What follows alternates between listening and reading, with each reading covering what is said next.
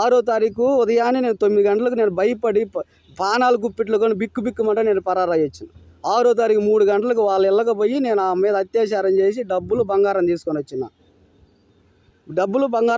వచ్చిన నేను అక్రమ కేసులు పెట్టిన నా మీద. అక్రమ కేసులు పెట్టి అది కాకుండా డబ్బులు బంగారం తీసుకొని పోయినానని పెట్టాను. డబ్బులు బంగారం 10 లక్షలు డబ్బులు, 15 సవర్లు 13 సవర్ల బంగారం అని వేసిన పేపర్లో.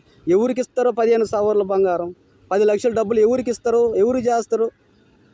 అత్యాచారం చేయటం. నేను అసలు ఆ రోజు నేను ప్రాణాలు గుప్పిట్లో పెట్టుకొని నాయన సాగు దెబ్బలు దీన్ని ప్రాణాలు గుప్పిట్లో పెట్టుకొని పోతే నేను అత్యాచారం చేసినానని ఎక్కడైనా చూసిన ఒక అగ్గర కులస్తులు ఇంటికి పోయి ఒక దళితుడు అగ్గర కులస్తులు ఇళ్లలో ఉండే ఆడోళ్ళని ఒక దళితుడు పోయి పట్టపగలు పోయి బెదిరిస్తాను అని అత్యాచారం చేసిన రోజులు ఎప్పుడైనా ఉన్నాయా?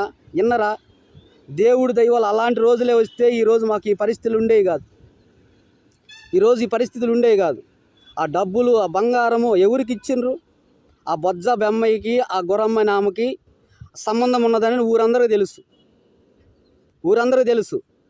వాళ్ళ మధ్యలో లావాదేవీలు ఏమున్నాయో అన్నీ తెలుసు. హాస్పిటల్లో ఆమె పని చేస్తుంది. ఆమె హాస్పిటల్లో ఆ డాక్టర్లకి వాళ్ళకి ఏమి లావాదేవీలు ఉన్నాయో అందరికీ తెలుసు. ఊర్లో ఆమె కూతురు 22 సంవత్సరాలు 23 సంవత్సరాలు ఉంటాయి. 22 సంవత్సరాలు 23 సంవత్సరాలు ఉంటే 60 సంవత్సరాలు అతన్ని తీసుకొని పోయింది. అది ఊరందరికీ తెలుసు. పోలీస్ స్టేషన్లో పోలీసు వాళ్ళకి తెలుసు. ఆ అమ్మాయి పోయేటప్పుడు ఇంట్లో ఉన్న బంగారము డబ్బులు మొత్తం తీసుకొని పోయినదని ఊరందరికీ తెలుసు. ఇప్పుడు నేను తీసుకొని పోయినానని పేపర్కి వేస్తే ఈ ఊర్లో పెద్ద మనుషులు ఏం చేస్తున్నారు? పెద్ద మనుషులు ఏం మాట్లాడినరు? పోలీస్ స్టేషన్లో పోలీసు వాళ్ళు ఎందుకు చేసినారు? నేను తీసుకొని పోయి ఎప్పుడు అత్యాచారం చేసినా, ఎక్కడ అత్యాచారం చేసినా, ఎవరు అత్యాచారం చేస్తుంటే ఎవరు చూసిండ్రు? నేను అప్పుడే చూసి పోలీస్ స్టేషన్ బట్టి ఇవ్వచ్చుగా.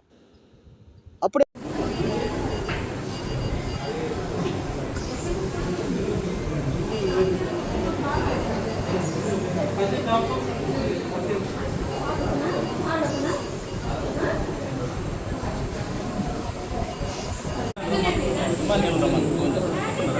వస్తున్నారు.